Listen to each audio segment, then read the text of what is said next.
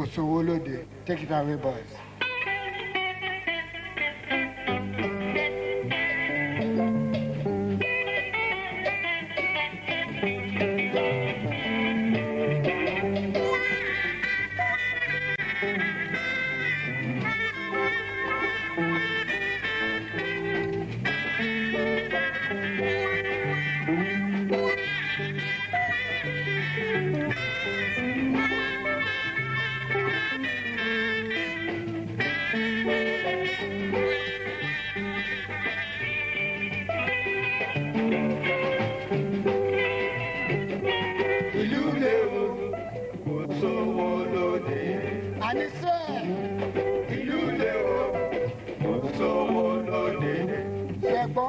Obìnrin kígbe, ọkùnrin kígbe, kálukú ló kéré owó. Obìnrin kígbe, ọkùnrin kígbe, kálukú ló kéré owó. Àbí bẹ́ẹ̀ kọ́. I must agree that things are tough compared to 10 years ago. The 1 naira of today was less than 10 kobo of 2014. And those of you who are buying iPhone and all of that, you realize that 2014 with 120,000 naira, you buy a new iPhone handset. Today, you need about 2 million to buy a handful handset. You know, I'm not here, I don't want to talk about politics, but sometimes as we go through the process of financial planning, we might not be able to shy away from the economic environment. Here are a few things to ponder about. I was here 6-7 years ago, and I pray that those who were here then did something about, you know, what we discussed, wealth management and all of that. We pray that this year is not going to be excruciating. Wherever you are, you find that power is deteriorating more than ever before. If we took data for granted, this year is showing us that I pray we don't get to a point where we're unable to communicate at all. You know, you can't rely on. Once you take light off, the telecom companies are very smart. The costs of providing those services are now so high that what they do is they shut down some base stations. So if you are in an area where you're far away from base station, you have to pray to God to blow wind in your direction to get. How many of you are subscribing to DSTV? Everybody is migrated to streaming. These are signs of times and adjustment that some of us are going through. For those of you 55, 60, if you are still working, I think retirement age for those who are working in the ministries and all of that is 65. For those in the private sector, it's usually 60. And if you're unlucky, if you lose your job in the private sector, especially in banking at 35, you might never come back again. So the challenges of today, you add it to what is happening in the global environment, the sort of political leaders we're having all over the world, and what the US is instigating. For those who have flown in the airline recently or hear about what is going on, the load factor is very low. Everybody is cutting it. Those who know what to do. For somebody in their 55 and above who is about to retire, the greatest problem is you will have time. How do you ensure that you don't spend money? Because, I mean, I have friends in banking who on the average are earning 20 million or more per month on average. When you retire, 20 million becomes zero. And you will find out that if you know any retired banker who retired 10 years ago, the guy is probably likely to still be driving Land Cruiser of 2015, the last one that the employers bought for them. The price of Land Cruiser in 2015 was 9 million. The new Land Cruiser is 260 million. So it's tough. How do you, with so much time, and those of you who are working, check your consumption on weekend, how much food and money you spend on weekend, and how much you spend during the day. You'll find out that it's a lot more during weekend than during the day, which is what the next video is going to talk about. My presentation will be very fast, but it's very important to have this context. Very quickly, to the best of my knowledge, there are two obligations or three that the Bible imposed on parents. One is the duty to train, and the other one is the duty to give your children inheritance. Our culture, my older sister will always, when I reach out to her, she say, why do you want more and all of that. And sometimes I find it very difficult to say amen. Okay, I'll let the video play. It's about.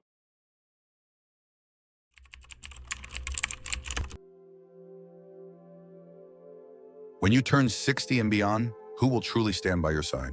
When you're younger, the answer might seem obvious: your family, your closest friends, the people you've known for years. But once you turn 60, reality starts to look a little different. Life changes, people get busy, priorities shift, and suddenly you realize that the support system you always believed in might not be as reliable as you once thought.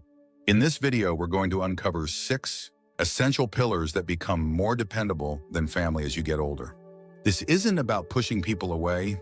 It's about understanding where real stability comes from and making sure you're not left vulnerable when you need support the most.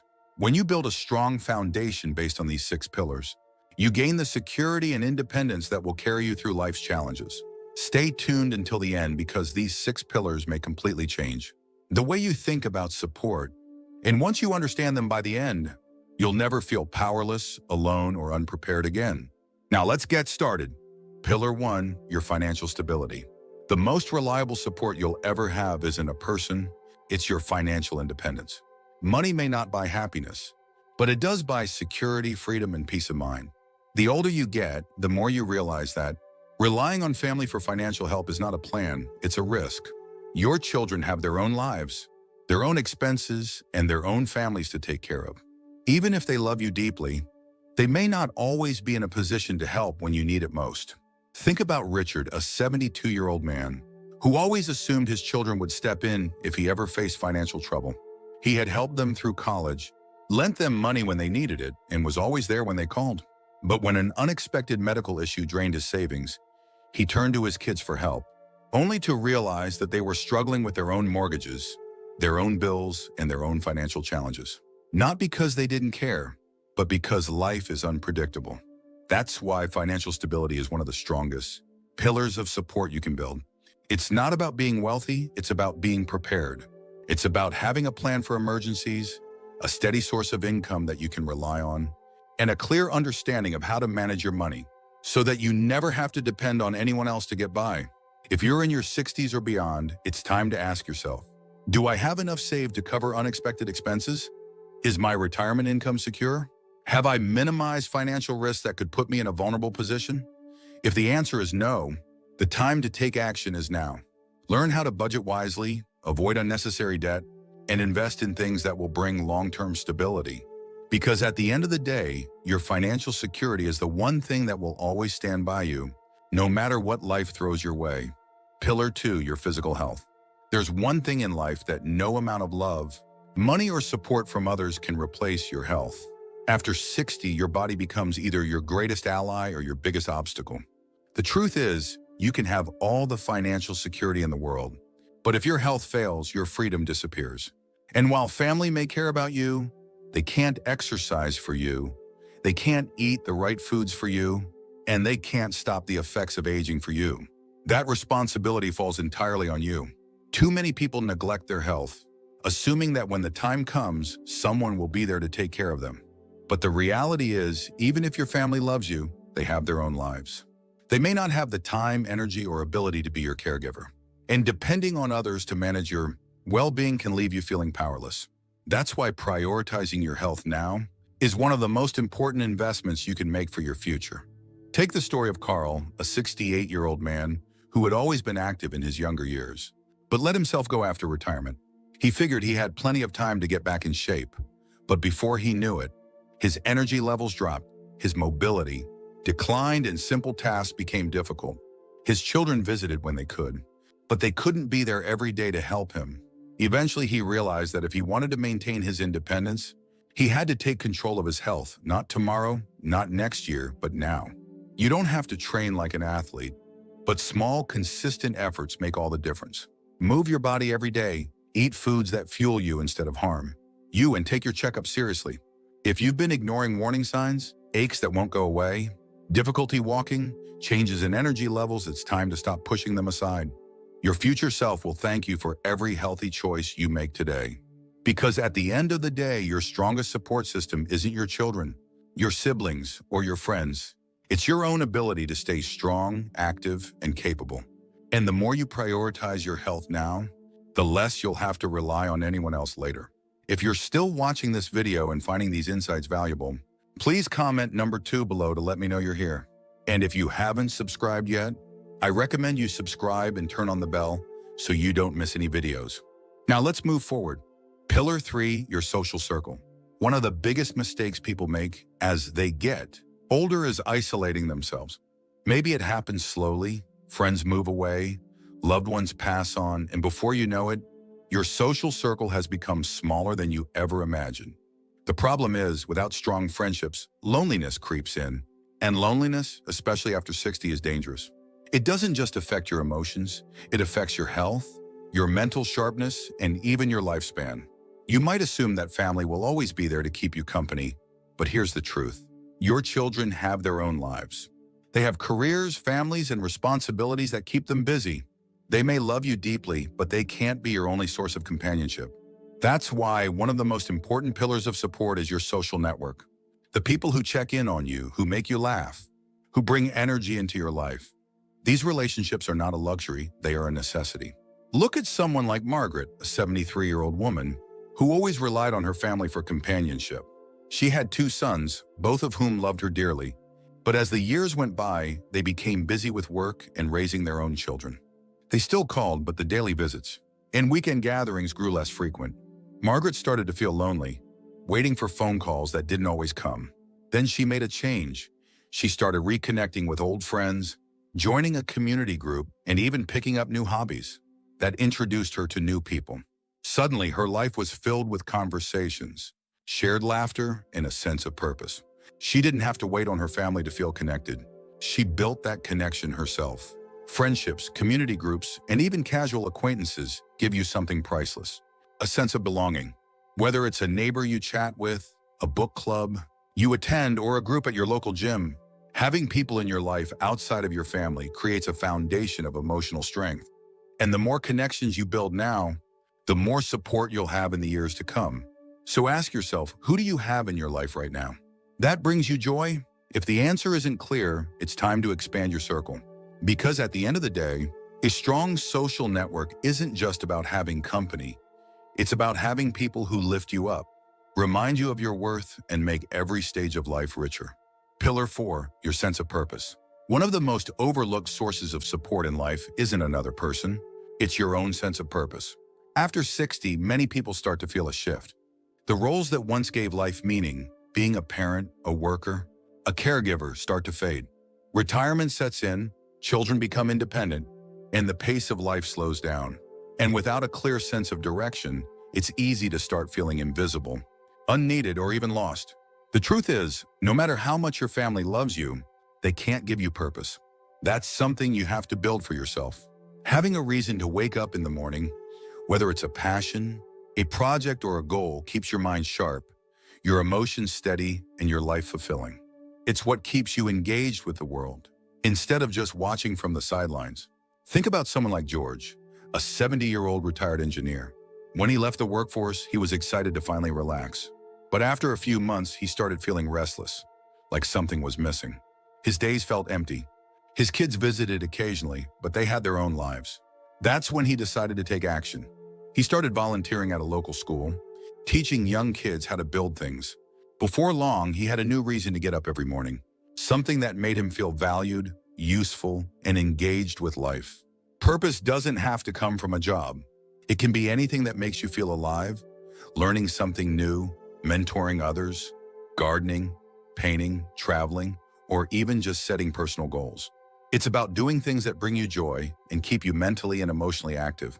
If you've been feeling like your best days are behind you, it's time to change that mindset. Your purpose isn't something that disappears as you age, it evolves. And the more you invest in finding meaning in your daily life, the less you'll need to rely on others for happiness. Because at the end of the day, the strongest support you can have isn't someone holding your hand, it's the fire inside you that keeps pushing you forward. If you're still watching this video and finding these insights valuable, please comment number 4 below to let me know you're here. And if you haven't subscribed yet, I recommend you subscribe and turn on the bell so you don't miss any videos. Your support helps us continue creating good content to inform and inspire you. Now let's move forward. Pillar 5, your emotional resilience. Life has a way of testing you, no matter how old you are. After 60, challenges don't stop, they just change. Friendships fade, loved ones pass on, health issues arise, and sometimes life feels lonelier than it used to. The truth is, no matter how much support you have from others, the most reliable source of strength will always come from within. Your ability to adapt, to process emotions, and to find peace in difficult moments is what keeps you moving forward, even when circumstances don't go the way you expected. Too many people rely on family to be their emotional support system, believing that their children, siblings, or extended relatives will always be there to comfort them. But the reality is, everyone has their own battles to fight. They might not always have the time or energy to be the source of emotional stability you need. That's why building emotional resilience is so important. It allows you to find strength within yourself instead of constantly seeking it from others. Take the story of Helen, a 75-year-old woman who lost her husband after 40 years of marriage. At first, she leaned on her children for emotional support, but over time, she realized that while they cared deeply, they had their own families and responsibilities to manage. She knew she couldn't expect them to fill the void she felt inside. Instead of letting grief consume her, she focused on strengthening herself emotionally. She joined a support group, started journaling, and practiced daily gratitude. Over time, she discovered something powerful. She didn't need someone else to fix her sadness. She had the strength to heal on her own. Emotional resilience isn't about suppressing emotions or pretending to be strong all the time. It's about acknowledging pain, processing it in a healthy way, and developing coping mechanisms that allow you to navigate life's ups and downs with grace. It's about having outlets, whether it's writing, meditation, therapy, or simple self-reflection, that help you find peace within yourself instead of depending on others to provide it. No matter what life throws your way, the ability to stand strong on your own will always be one of your greatest sources of support. The more you cultivate emotional resilience, the less you will feel dependent on others to make you feel whole. Because at the end of the day, the person who will always be with you through every hardship and every triumph is you. Pillar 6, your ability to adapt. If there's one truth about life after 60, it's this: nothing stays the same. People change, circumstances shift, and the things you once counted on may no longer be as reliable as they used to be. The key to thriving in this stage of life isn't holding on to the past, it's your ability to adapt. Those who struggle the most with aging are often the ones who resist change, who cling too tightly to what was instead of embracing what is. But those who learn to adjust, to stay open, and to welcome new possibilities, they find joy and fulfillment no matter what life brings. Many people assume that once they reach a certain age, they're set in their ways. But that kind of thinking can be dangerous. It can keep you from discovering new opportunities, meeting new people, and learning things that could enrich your life. Being adaptable isn't just about accepting change. It's about actively looking for ways to grow with it. Look at someone like Frank, a 78-year-old man who had always relied on in-person friendships to stay connected. When many of his friends moved away or passed on, he initially felt lost. He thought, I guess this is just how it is when you get older. But then, instead of resigning himself to loneliness, he decided to adapt.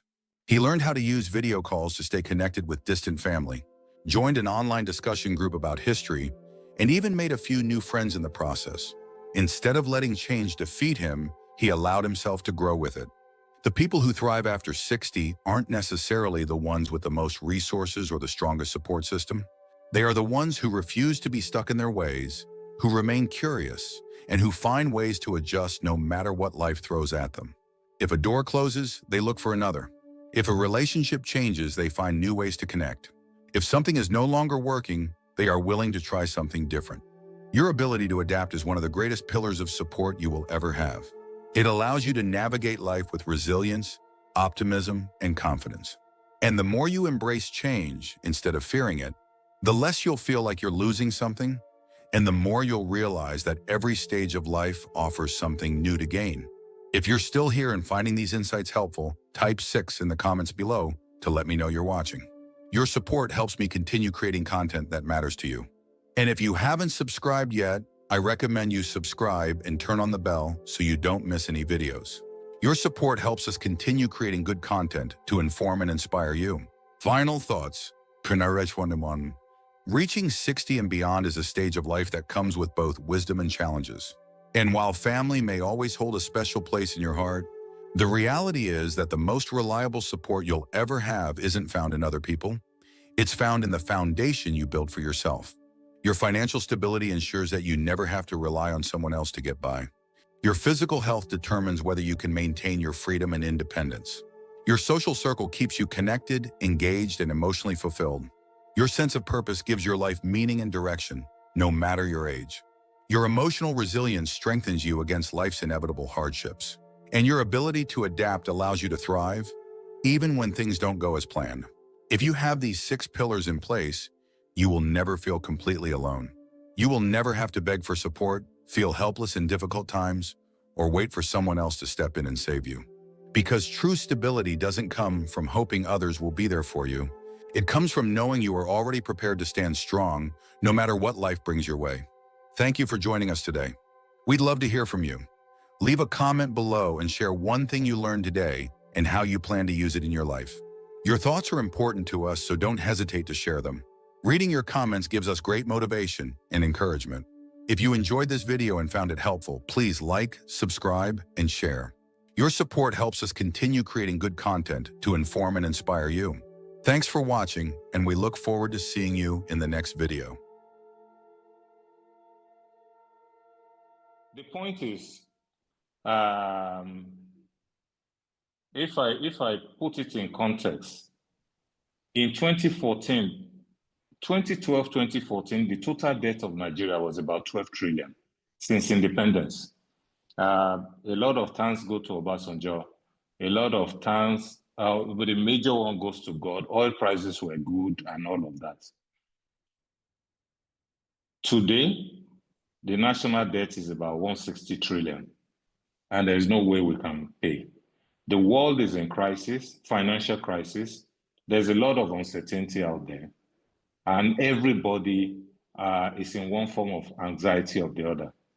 Dangote has been shouting in recent times. He's also in pain. So it's not unique to you. But what happens is that, hello, I hope you can hear me. What happens is that in periods of crisis, uncertainty, and anxiety, it is very easy to panic. And what happens sometimes is that we make rash decisions and we might have to deal with the consequences. First is to know that planning, from which comes strategy, is knowing the end. The essence of Christianity and believing in God is knowing that we're going somewhere. And to go to a place where God is, we have to be righteous, pure, and holy. Now, the essence of our faith is to ensure that we can actually dwell with God after life. That is the end of everything. And that is the reason why we follow the injunction of the Quran or the Bible. The same way, financial planning. You are earning something today, even all of us complain. There will be a day when there will be nothing to earn. And if we're earning anything, it will not be like what we're earning when we're in active employment.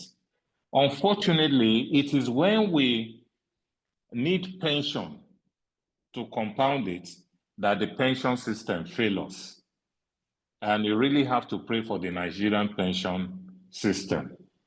Because in reality, the bulk of pension money is in government debt.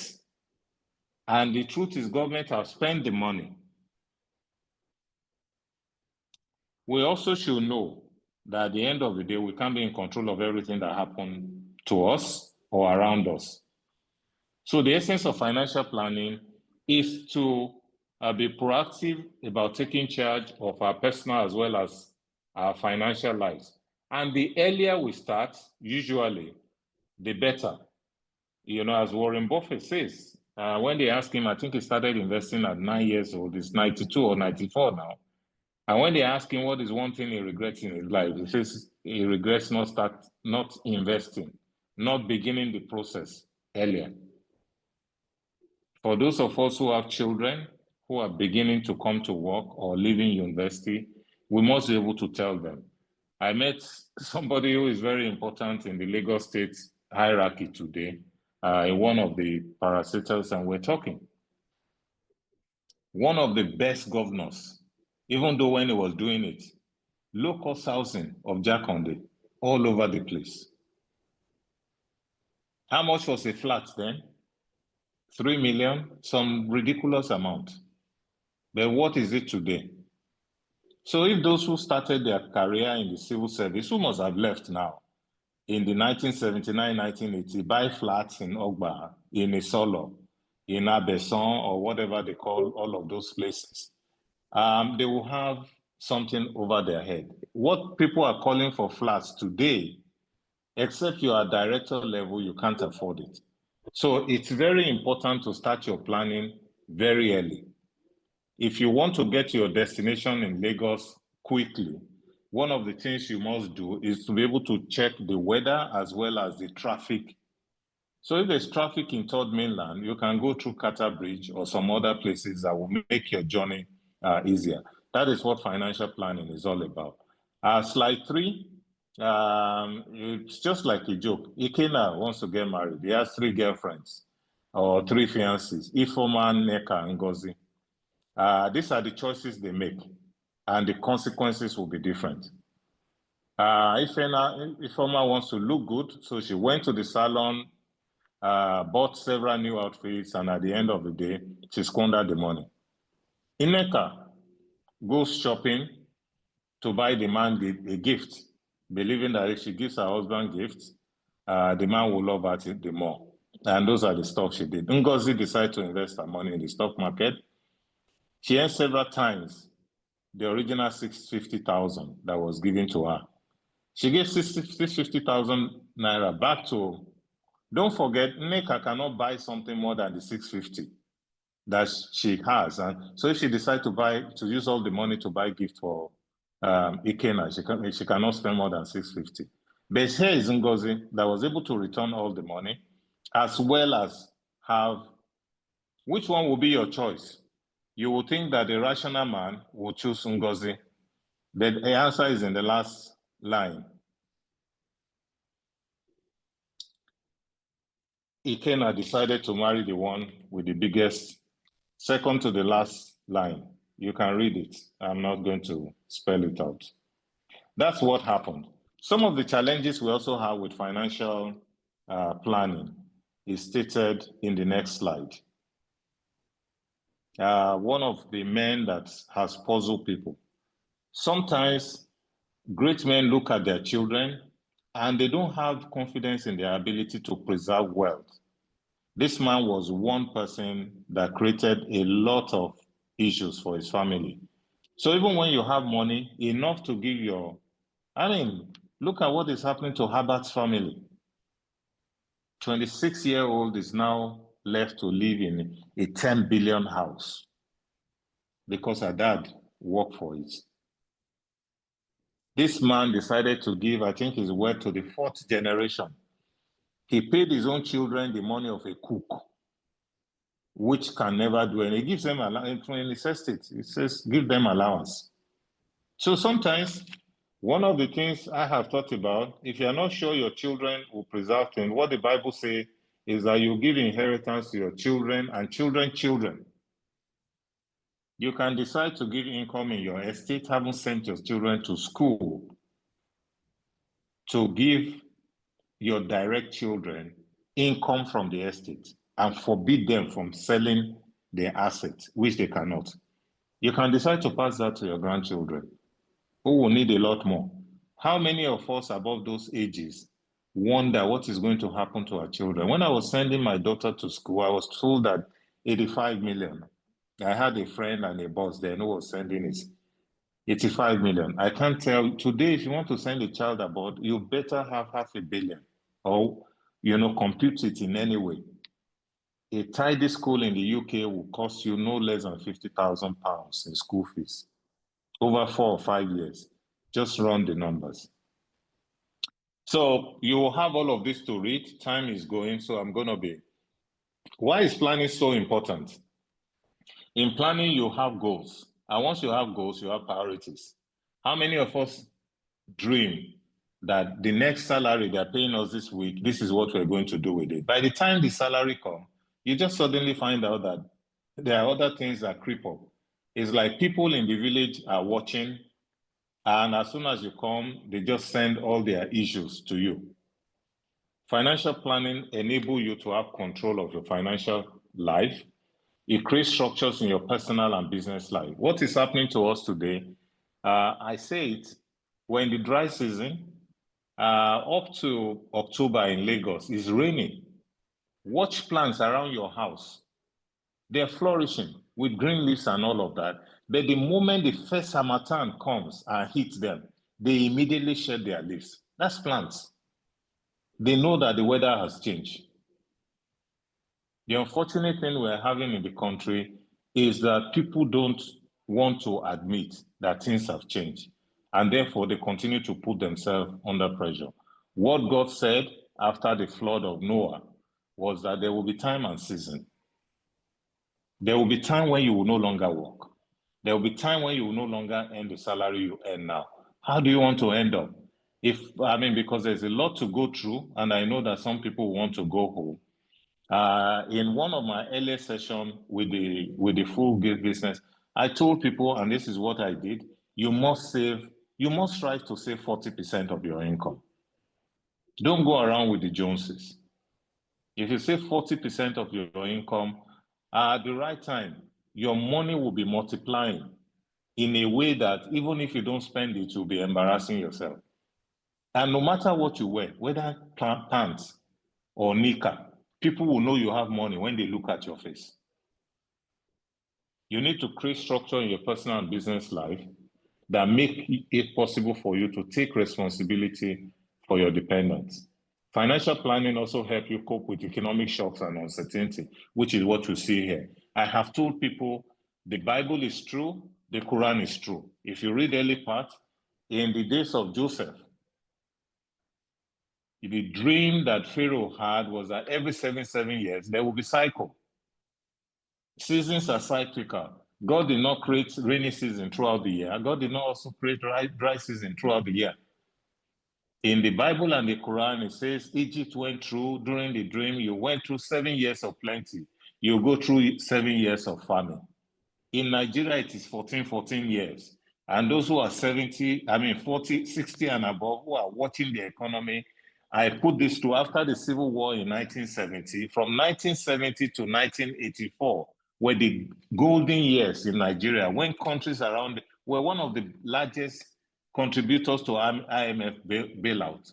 When the UK had problem in 1971, by the way, exchange rate, $1 was 50 kobo then. The pound was about 75 kobo.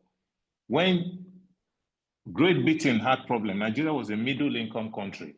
Nigeria was one of the countries that were mobilizing other countries in the Commonwealth to bail out Great Britain.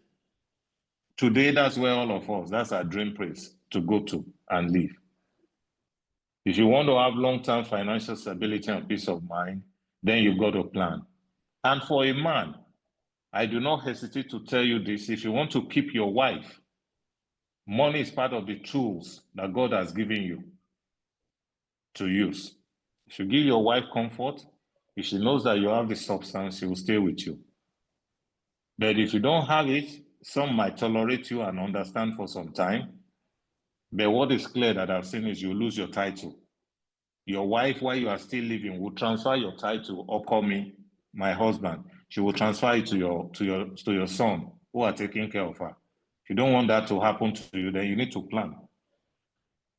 From 60s, if not 55 and above, issues of diabetes, high blood pressure comes in, and the drugs are very expensive today because of Naira. If you go and buy a cheap drug on the road, you'll put yourself in trouble. So, health is wealth. These are tip boxes you should keep, as that video said. You must look at your financial condition all the time. People travel abroad and they go there to suffer. Why? Because they didn't plan. If you are above 55 and you are hoping to go and live abroad, I beg you, make sure you have at least $1 million. Ideally, $2 million. This is how we plan. You use 500,000 to buy a junior house, maybe 3-4 bedroom. You are not paying mortgage. 40% of people's mortgage income abroad goes into paying mortgage. You can't afford that because you don't have a job. Otherwise, as a 60-year-old person, 23-year-old person will be kicking you around to go and do things because it's your boss. At that time, you're just going to play with your grandchildren and your children to be in proximity. Research has shown that old people live longer when they have their children around them. When a 2-3-year-old is running around, even if you're 70 or 80, you won't know when you get up and start running around with that child. But you must plan very well. If you live in the village, those children are not going to come to you. If you live in the wrong side of Lagos, it is easier for a child to go and see her grandpa that is living in Ikoyi than to go to Abule Egba. Even your own children, if they're living in Antoni, when they close, sometimes they know there's traffic on Third Mainland Bridge, and you live in Ikoyi, they will all come there. Not because you are the one they want to, what you have, and the benefit of being around you in a comfortable place. So, hopefully, when we finish here, review your financial situation, plan.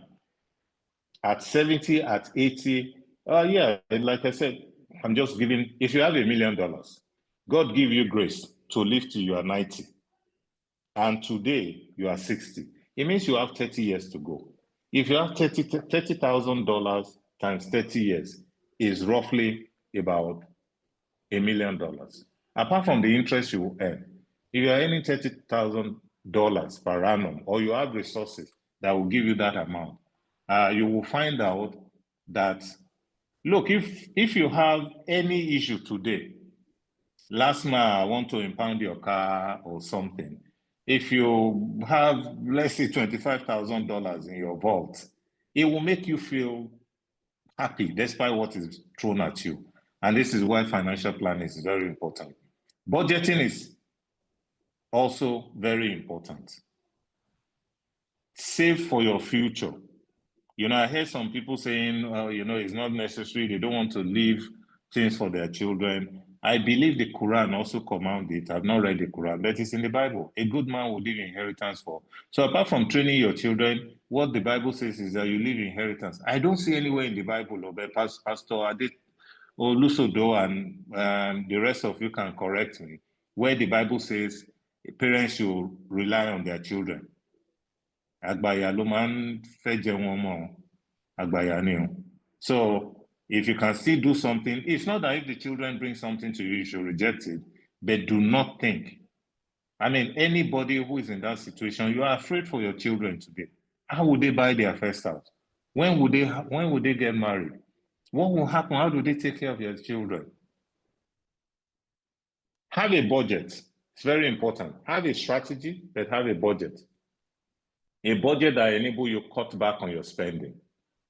A lot of us find out that when we leave employment where they're giving us driver, the first thing that a lot of my friends let go is driver. That's part of cutting back. If you have cook, house girl, and all of that, you might have to let one of them go. Build an emergency fund. If health issues happen, and for any reason one has to go to the hospital in the night, do you have $10,000 that most hospitals will say you have to pay before we attend to you?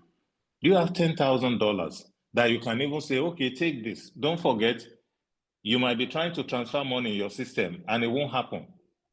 System failures and all of that. Your ATM card might not work and the person is in a dire situation. Have emergency fund at home. It could even be 500,000 before you can cash, before you can, please stay away from debt. The Bible is very clear about debt in Proverbs. A borrower will be a slave to the lender. I pray that that is not what is going to happen to our country. I do not want to talk politics, but one of the existential things happening to us today, last year, from what I read from the budget, we plan to use 1 trillion plus to service our debt. At the end of the year, we spend 8 trillion to service debt. Debt kills, and the Bible is correct. None of the children of Abraham borrowed money. Go and check. That's the place God wants us to be. Invest in yourself is very important. Men, especially, take care of your family. But I understand that women respect their husband when they take care of themselves first. Invest in yourself. If you need to go to school, find something that will keep you busy in old age. Invest in your future. Have your family finances together and teach the next generation how to build wealth. The power to make wealth belongs to God. Take insurance, but sometimes you can be self-insured, quite frankly. If you have a net worth of $2 million in the US, you are regarded as 1% of the population. I mean, what are you going to do with $2 million? Except something is wrong, quite frankly. Plan for your retirement, and some of the things you can do are philanthropy as well as estate planning. So I just go through all of the following. Health is wealth was the number one item. The World Bank recommend all of this, especially as you stay at home. I don't know how they say it in Yoruba again. Stay at home. And one other thing I will start with in reading this slide is, there's a mantra I got to hear recently. It says in Yoruba, sorry, I'm Yoruba, so you have to forgive me. If there are Igbos among us, try and ask, I will translate it. It says, Ododo eye, inu eye lo wa. A lot of us deceive ourselves. The first source of sin in Garden of Eden was lies. The serpent, the snake, came to Eve and said, what did God tell you about this? Eve knew the truth, told the serpent that God said we should not eat from this fruit. If we eat, we'll die. The serpent said, no, you will just know a lot more. You'll be like God. And we fell for it. Don't let anybody deceive you. Ododo eye, inu eye lo wa. You know your truth. Don't go to party spraying money and then get home taking Gary. Don't abandon your building and school fees trying to show off.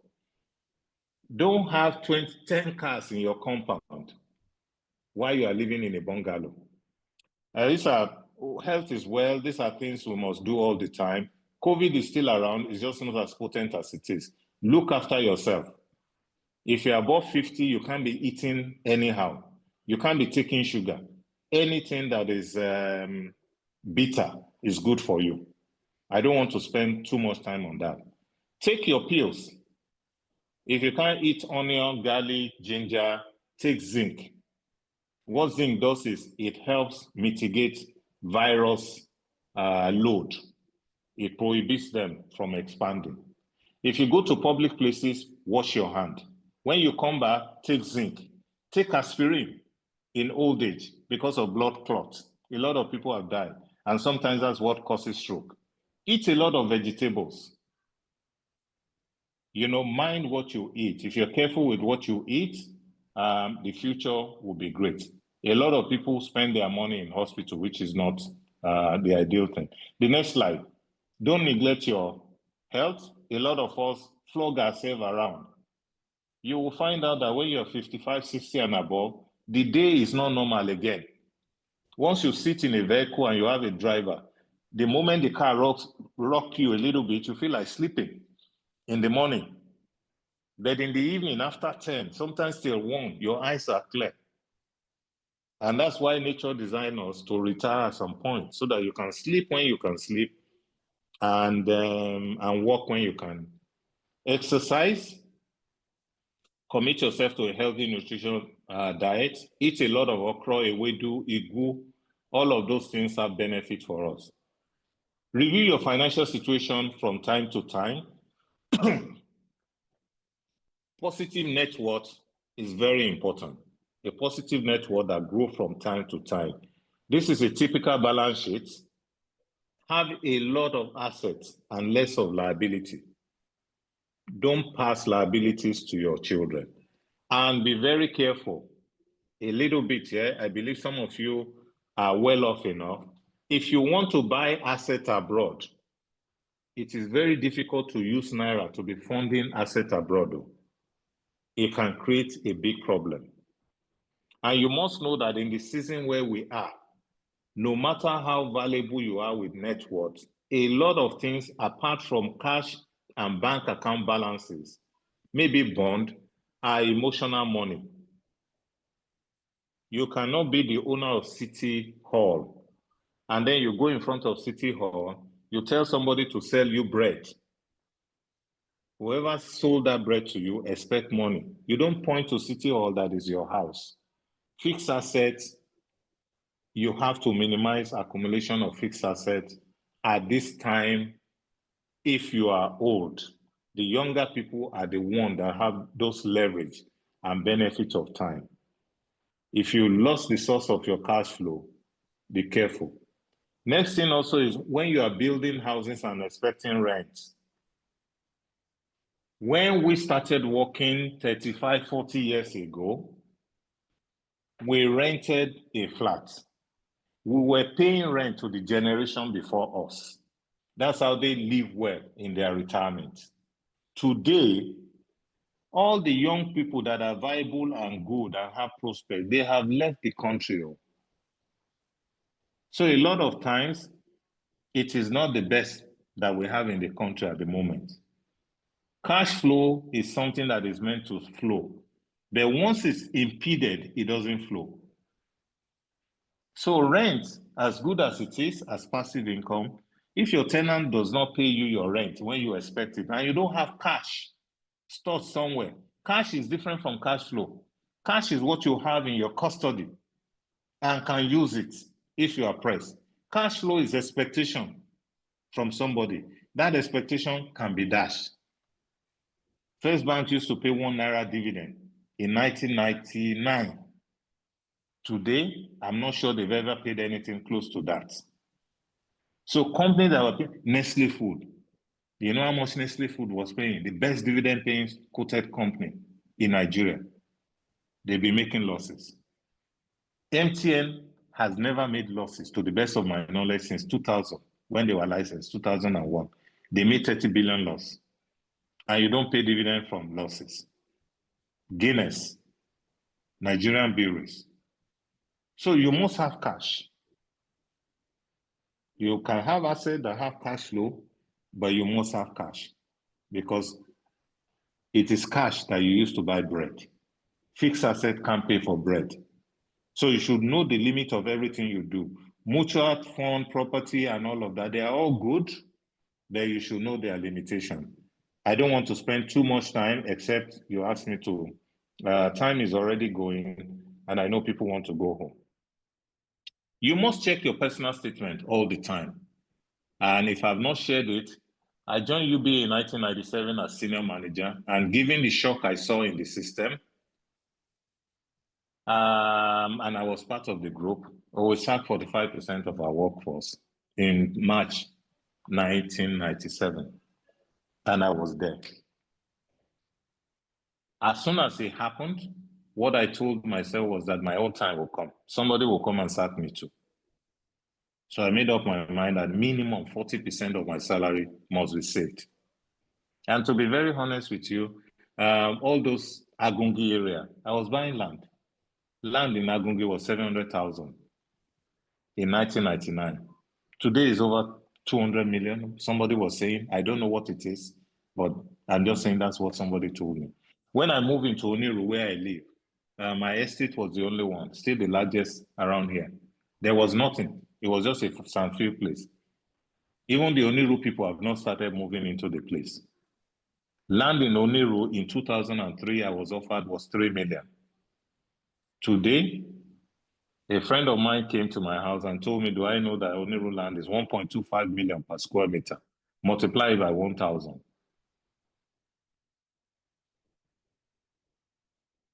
You're talking about close to 1 billion, if it's not more. 3 bedrooms are now being sold for $3 million. I mean, we're not even talking about Naira. The leverage of time, I hope I have time to talk about it. You start saving when you are young. Because if you don't lock things at that price, by the time you have money, you think you have money, time value of money will continue to diminish. I believe I've mentioned an example. Think of, I've told you about Picanto now is probably more than 20 million. Picanto that if it's raining, you feel like carrying your car and put it in your pocket and run. Bag of rice, bread, things are just difficult. So use your time very well. If you don't know how to save, go and buy land. For those of you who are working and banks can lend you money against your salary, leverage your salary and go and lock it up in an asset. As we get along, because of time, I need to move fast, but you can always, if you are still here, analyze your personal income statement. Where are your money going? Are you using it to pay debt? Do you have any savings? Are you a big spender also? It's very important. Some people just spend the money they don't have in order to belong. You go and drink wine that they sell a cup for 50,000 naira. You are just drinking your life away. And I'm sorry, you have to forgive me. Some of us women is a problem. Stay with your wife. Oh. Stay with your wife. Stay with your wife. There's no, if you want to have your peace. When you have money, people will be attracted. But when the money is not there, that's it. Have a budget. Once you have a budget, it will help you. You know, I need to pay school fees. I need to pay my children's school fees. That's prioritization. I need to buy a piece of land. That's prioritization. I need to send money to my parents. You know, just like in scale of preference in economics, you will have myriads of things you need and want, but which one is a necessity? You'll be able to rank it. Today, look, I buy 6 months food though. Once I have food in my house, once there is petrol, I use solar in case I need to put on petrol, and there is PMS in my cars. I don't care. Those are the basic necessity for me. All other things are luxury. Track your expenses. It helps you identify waste. Men are good at this. You look back and tell yourself, how have I used my money? Cut back on those expenses. Even those who live bank, if you ask them, they will tell you they can never use their money to buy the cars their banks are buying for them.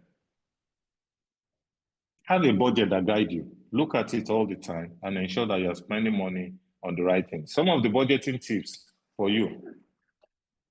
If you're a Christian, the Bible says we should tithe and do our offering. But Jesus Christ also said, I think zakat for Muslims. Muslims are givers also.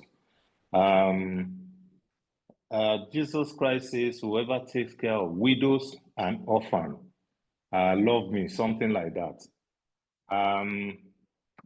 I'm running quickly. So pay yourself first. Pay yourself first means save for your future. Companies that are doing well all over the world, you'll find something they have retained earning. They don't share all their profit because they know that difficult times like this will come and they don't want to close shop. Don't blow everything you have. You know, keep something somewhere. Plan for your children's education early. Which school do you want them to go? And start, I just told you, I was told 85 million is what you need to send a child abroad. Anybody want to be realistic with you? If you don't have $500 million in today's Naira, I don't think you can send any child to any abroad. So if that's your aspiration, and some of us are also finding that it's not sending children abroad alone, you have to help them settle there. Because most of them, if you don't want your children, I've seen pictures in Canada where people are suffering in extreme limits. Be in control of your debt, track your expenses. If you are 60 and above, if you want me to recommend something for you, you should have 4 or 5 years expenses in cash.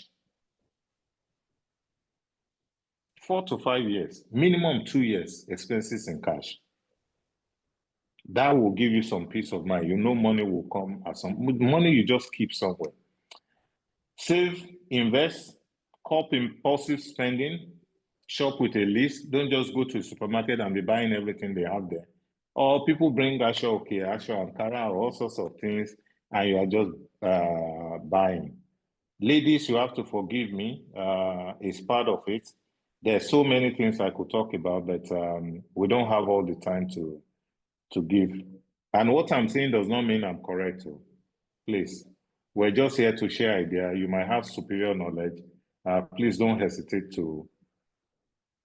Don't buy things that are in vogue. Buy what fits you and bargain hunt. Don't go to a designer's shop. Some of these designers, they make you look like a mad person. If you see some of the clothes they are designing these days, they will tear it. And then people still go and spend so much money. Wear what fits you, simple. That when people see you, they will compliment you. And don't buy something today and throw it away tomorrow. If it's still good, continue to wear it. Plan ahead for your major spending. If they pay you bonus in the office or somebody give you substantial gift, save it. I was on the board of a bank and I was talking to a colleague a few days ago. All the money they paid me over the 6 years that I spent there before I decided to retire, I saved everything. Every penny, I saved it. Because I know it was exceptional income. There's no way I could earn that money. So I didn't want to put myself on that level. And it works today. Because the power of compounding is now making the money do a lot. If you still have time and ask questions, maybe we'll see. Yeah, there's nothing wrong. I have a friend who told me, look, I made $1 billion Naira. No, $500 million as income last year. We finished church and he said we should go to a hotel. A hotel, if you eat lunch there, is 40,000. There are some places I saw in Abuja that are doing 2 million. They said God knows what they kill, I don't know. But sometimes just indulge yourself. There's only one life, I can tell you that. Emergency fund, I've talked about it, and it prescribes something. It says here that you have 6 months to 1 year living expenses saved. To be honest with you, by the grace of God, I aspire to have 5 years. Donald Trump is not leaving us until another 4 or 5 years. So what works 10 years ago might not work today. And the financial condition of Nigeria is very tough and difficult. I don't want to get into it. If you ask me a question, I'll give you my opinion. This year could be very, very tough. External shocks are there. We don't have revenue. The budget has been passed, but the tax reform has not been passed. And government generates money from tax. You are hearing what is happening in River State. They've moved from oil pipeline now to gas. That's the last I watched, that they are blowing up. All of these things will have consequences for the funding of the country. Pay attention to news and ensure that you buy yourself some peace of mind. I know somebody who had surgery last year, had to go abroad, spend £50,000. Serious ailments in Evercare, you could be paying 1 million naira a day. We're gradually transiting to all of those places. Okay, so these are some of the short-term savings you can have. If you have questions, Pastor Lusudo will give you all of this. The trend is going. The advantage of short-term saving is liquidity. But take note, you also have to think about this. You have to think about risk. And what we're seeing today, 10 years ago, one of the banks that I was director was failing, and we're brought in to turn the place around. The government of Nigeria funded the bank. Nobody lost money. The closest we have was Heritage Bank that died last year. They only pay people 5 million, I think. Above 5 million, I'm not aware that they are paid. So you need to know the financial health of the institution where you put your money. Automate your finances. You can read all of this. All of you know what I'm saying. Anyway, number 5 is debt. And if you want me to explain anything, time is going, and I have to be mindful of that. Please, you have to forgive me. Am I even close? I don't know. Debt is one of the biggest traps. We're actually out of time, sir, actually. Yeah, we're out of time. Okay. I mean, I have a lot of stuff here. They are friendly to read. The debt you can take and the debt you cannot take. What is very important is if you decide to borrow money, make sure it's not above your capacity. Know that you are your own greatest asset. Invest a lot in yourself. Knowledge is power. Then invest for the future. Risk is very important. Which risk can you tolerate? So somebody asked about crypto. There won't be time. If you want me to talk about crypto, if you invest in crypto 2 years ago, you will lose a lot of money. Bitcoin went to 68 and dropped to 16. And when it was 16, people were saying that it's going to go to 8,000. Well, thank God it turned around. It went over 100. Do you have that heart to take it? I think at the moment, if you're ready to wait, you should also know, the Bible says those who wait upon the Lord will do exploits. If you plant corn and tomorrow you are looking for the cob and you start using your cutlass to dig it up, it will not grow. So risk and reward go hand in hand. If you want to invest, you must be patient. Diversify. Don't put all your eggs in one basket. And quite frankly, I'm one of those who will tell you, in 2009, the pound was 190. 10 years ago, the dollar was 150, thereabout. Invest across asset classes.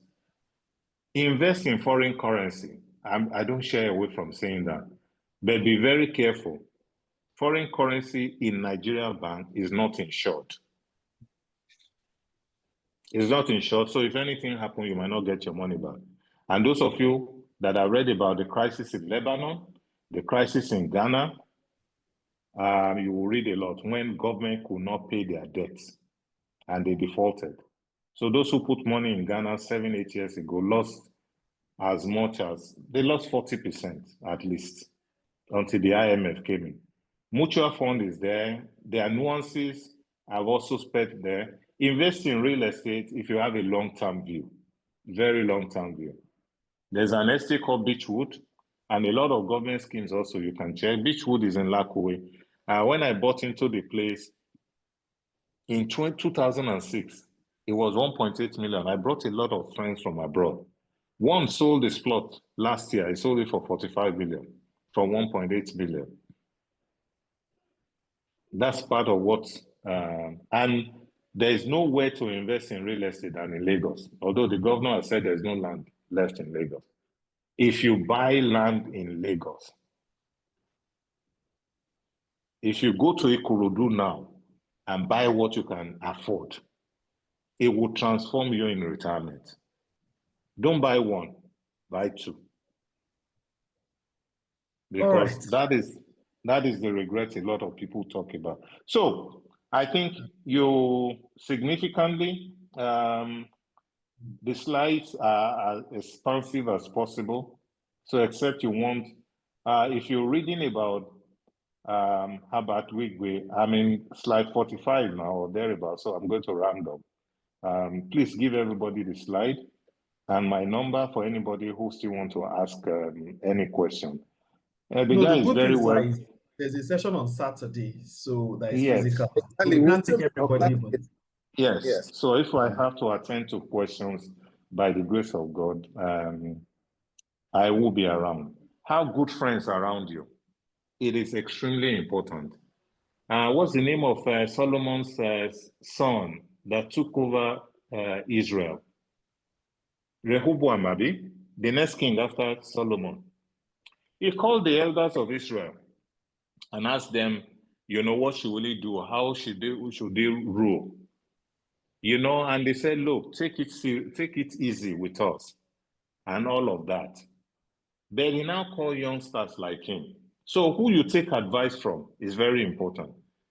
Make sure you have a wife who can advise you. Good women are restrained on their husband. They tell you not to waste money anyhow. They're constantly reminding you about your children and your obligations. The issue might marry the wrong type is Owambe they will be dragging you to. You will spend money, a lot of money, to buy cars, fill your car, and be going from one place to the other. Rehoboam called young people like him, and they advised him that he should raise taxes and all sorts of things. I think it's in First King. I can't remember the exact chapter now, maybe 11 or 17. And Rehoboam now told Israel, he had the 12 kingdoms then. He said, my father ruled you with whips or something. I will rule you with scorpion. And the people came together. A leader is as good as the mandate from the people. The moment the people start saying they don't want you, nothing can save you. You will jump into the plane and run away. Listen to your wife for good advice. Have good friends who are restraining you. Children, explain to them and transfer the culture of what you have to tell them. Let me round up by saying that planning is actually about Noah, a man who was building an ark when there was no rain, in preparation for rain, which God instructed him. That's what to say about. It's good to have money and the things that money can buy, but it's good to check up once in a while and make sure you haven't lost things that money can buy. So it's good to have money, but you know, the last slide is talking about what I said. Continuous learning, Proverbs 18:15, seek advice. Go for wisdom. Solomon is still the richest man ever because he asked God for wisdom. There your slide. And God keep us till Saturday. Sorry, because of the way things went. I'm sure they will give you all of these things. yes, we'll share the slides. And you can then come back if there are questions. We can talk about practical issues. But I've dropped some of them. If you save 40% of your salary, there's no way you won't be rich. After 10 years, what the money, if it's well invested, will give you, you'll be shocked. Thank you all very much. Thank you for those of you who are still waiting. It's late already. I wish you safe journey home. Apologies. Thank you. I will just stop here.